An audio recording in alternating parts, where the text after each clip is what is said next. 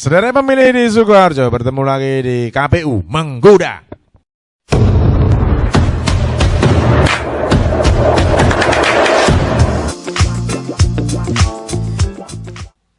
Mengobrolkan pilkada tentunya. Siang hari ini kita sudah kedatangan tamu yang revolusioner yang tentunya mewakili generasi Z dan milenial Kabupaten Sukoharjo. Di sebelah kanan saya ada Kak Rizka, selamat sore.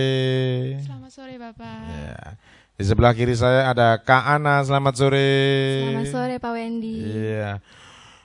Dua perempuan bidadari yang tidak bersayap ini adalah generasi Z dan milenial di Kabupaten Sukoharjo. Tentunya kita akan menggoda dua orang ini dengan pertanyaan-pertanyaan yang sangat luar biasa.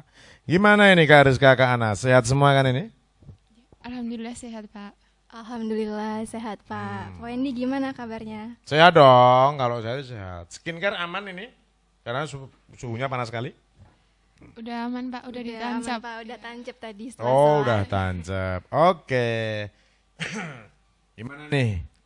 Kalian berdua ini mewakili perempuan-perempuan milenial serta anak muda di Kabupaten Sukoharjo. Usianya berapa ini? 22 tahun. 22 tahun. Kalau Kak Rizka? Saya juga 22 tahun Juli ini Pak. Oh iya, kalau saya 21 tahun Agustus nanti. Bertepatan tanggal 17. Jadi habis upacara umur saya 21 tahun. Gitu ya kan? Oke. Pemuda, pemilih milenial, Gen Z. Apa nih tantangan terberat dari generasi Z untuk pilkada besok menurut kakak-kakak cantik ini? Siapa nih yang mau jawab? Kak Rizka, silakan. Menurut saya tantangannya itu kalau generasi Gen Z ini kurang tertarik ya Pak. Kalau Kurang tertarik. buat pilkada juga kurang tertarik, soalnya juga kan kalau dari saya sendiri ini kan kuliah. Nah itu kan kayak nggak usah aja, terus juga yang kuliah di luar kota itu kayak nggak usah milih juga nggak apa-apa ya, itu jadi kurang menarik aja, terus jadi tidak memberikan suaranya, padahal suara itu penting juga ya. Buat pilkada ini kan penting.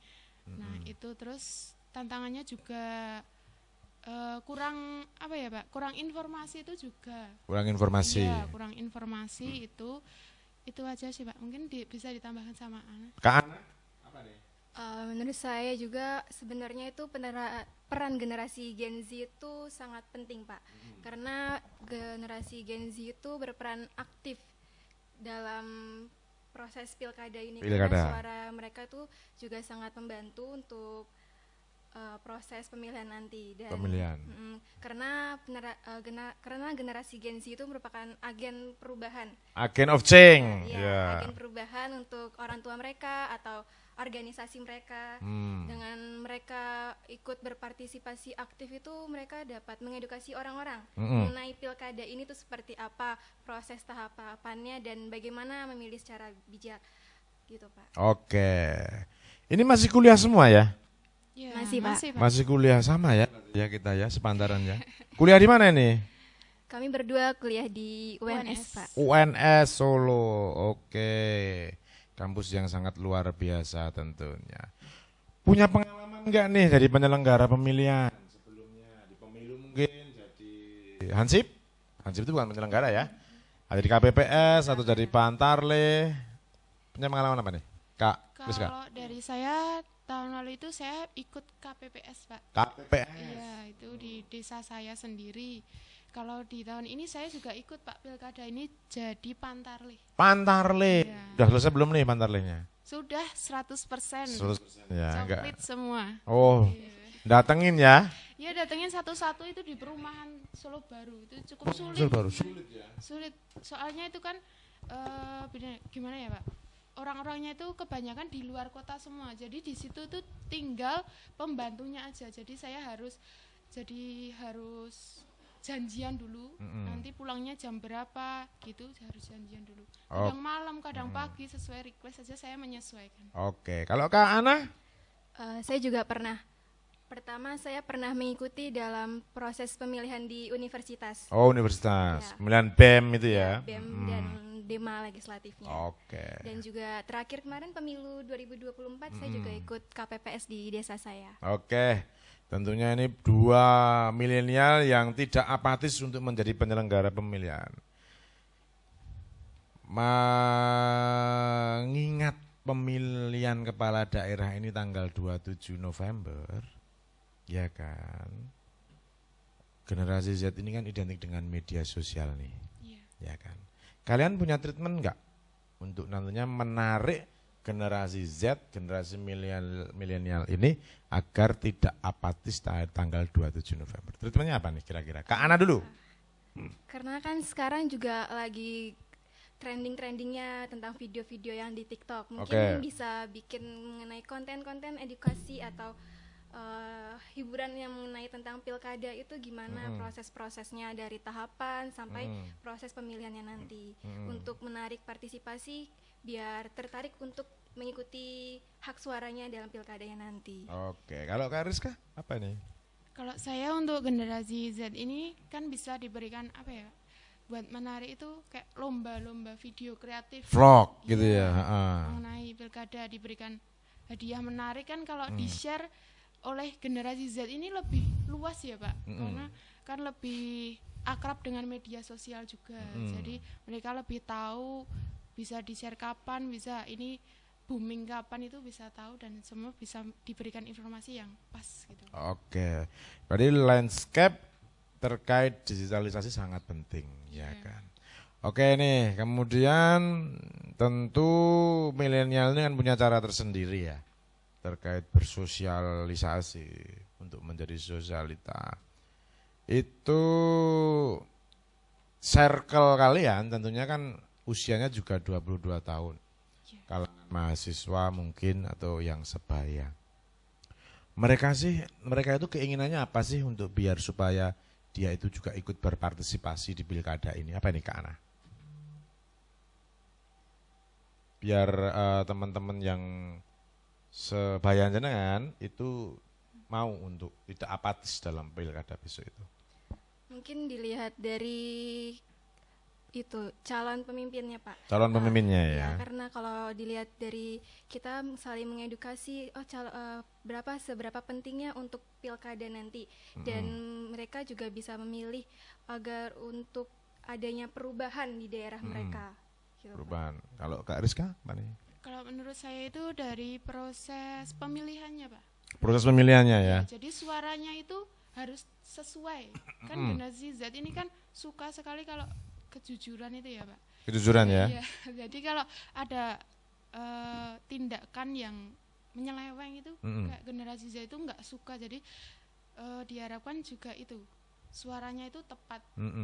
Bisa memberikan suara yang bagus. Oke, berarti dan jujur. Generasi Z ini lebih suka yang namanya jujur. Jadi kalian berdua ini nggak suka ya cowok-cowok yang nggak jujur gitu? Sangat tidak suka. Oh, sangat tidak suka ya. Jadi nggak mau di PHP. Pokoknya intinya jujur, gitu ya. Iya. Kaya nggak perlu, yang penting jujur ya. Kaya ya juga perlu. Oh, berarti harus kaya dan jujur kan gitu. Oke, menarik sekali tentunya. Terus ini masih jomblo semua atau sudah punya pasangan nih? Gimana Riz? Gimana nah? Apa? Oke, dan tentunya kalau menurut jenengan nih, KPU Sukoharjo ini sudah melakukan edukasi treatment belum untuk teman-teman milenial? Kalau belum, kasih saran dong buat KPU Sukoharjo. Kak Ana mungkin? Kalau menurut saya sih sudah ya Pak, karena saya juga udah melihat di Instagramnya pemilu. Instagram. Ya, ada sosialisasi ke kelurahan atau desa dengan menambah partisipasi masyarakat untuk lebih aktif dalam pilkadanya nanti. Seperti itu Pak. Kalau Kak Rizka? Kalau di saya sendiri juga sudah, kadang juga lihat juga di TikTok itu banyak video-video ajakan-ajakan buat partisipasi pilkada ini kan Pak. Terus tapi kurang di share aja. Jadi kayak di situ-situ aja. Jadi kurang share. Jadi Kurang share ya. Iya. Kalau di share lebih jauh kan bisa tahu. Jadi nggak harus di wilayah Sukoharjo aja yang tahu. Jadi di wilayah lain juga tahu gimana sih prosesnya di Sukoharjo ini, prosesnya gimana sih. Oh gitu.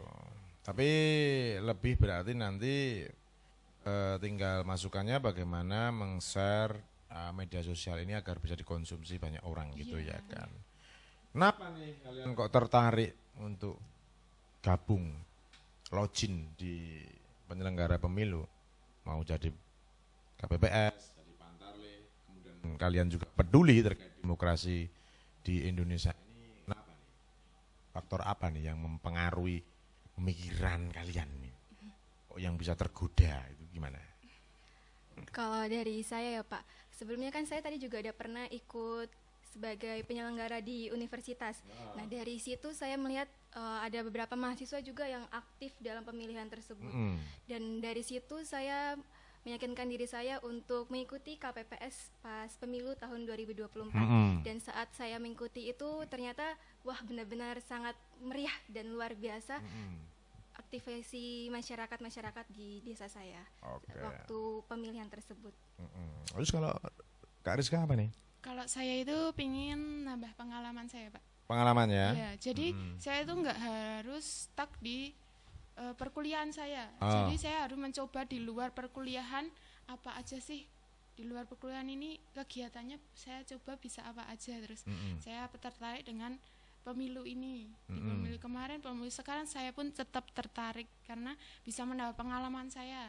Mendapat relasi-relasi baru yang bermanfaat juga bagi kedepannya untuk saya. Iya. Yang tentunya Pilkada 2024 ini tanggal 27 November ini daftar pemilihnya untuk pemilu 2024 50% lebih diisi dari generasi Z dan generasi milenial. Harapannya nih untuk para generasi Z dan generasi milenial untuk Pilkada di Sukoharjo.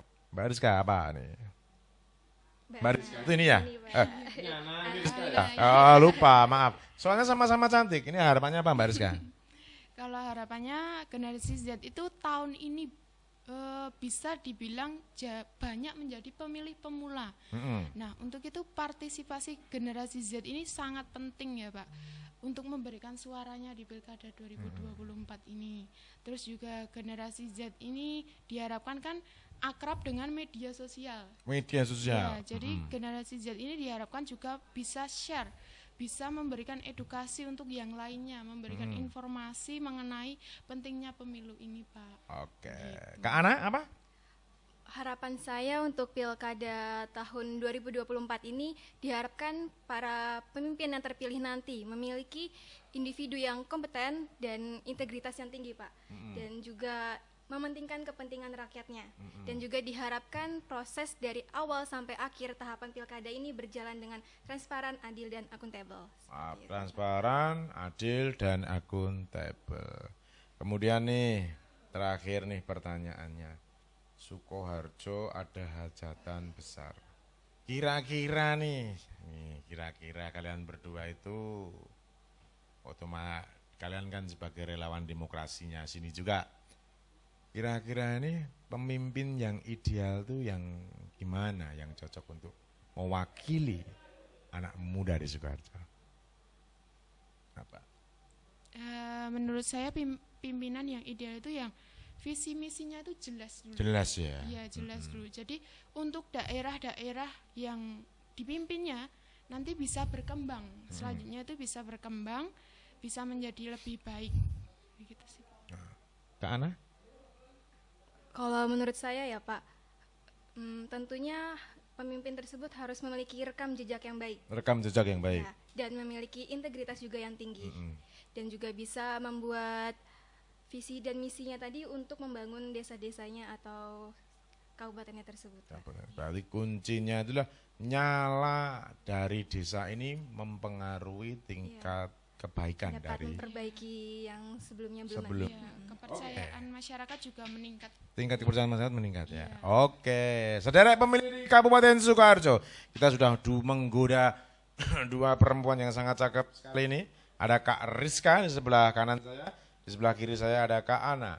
Mereka adalah representasi sayap-sayap kesatria yang hari ini mewakili generasi Z dan generasi milenial. Jangan lupa follow akun media sosial dari Komisi Pemilihan Umum Kabupaten Sukoharjo serta like, comment, subscribe YouTube dari KPU Kabupaten Sukoharjo. Saya Benny Tanomo, kita bertemu lagi dalam menggoda yang lainnya, mengobrolkan pilkada. Assalamualaikum warahmatullahi wabarakatuh. Om santi-santi om, salam kebajikan.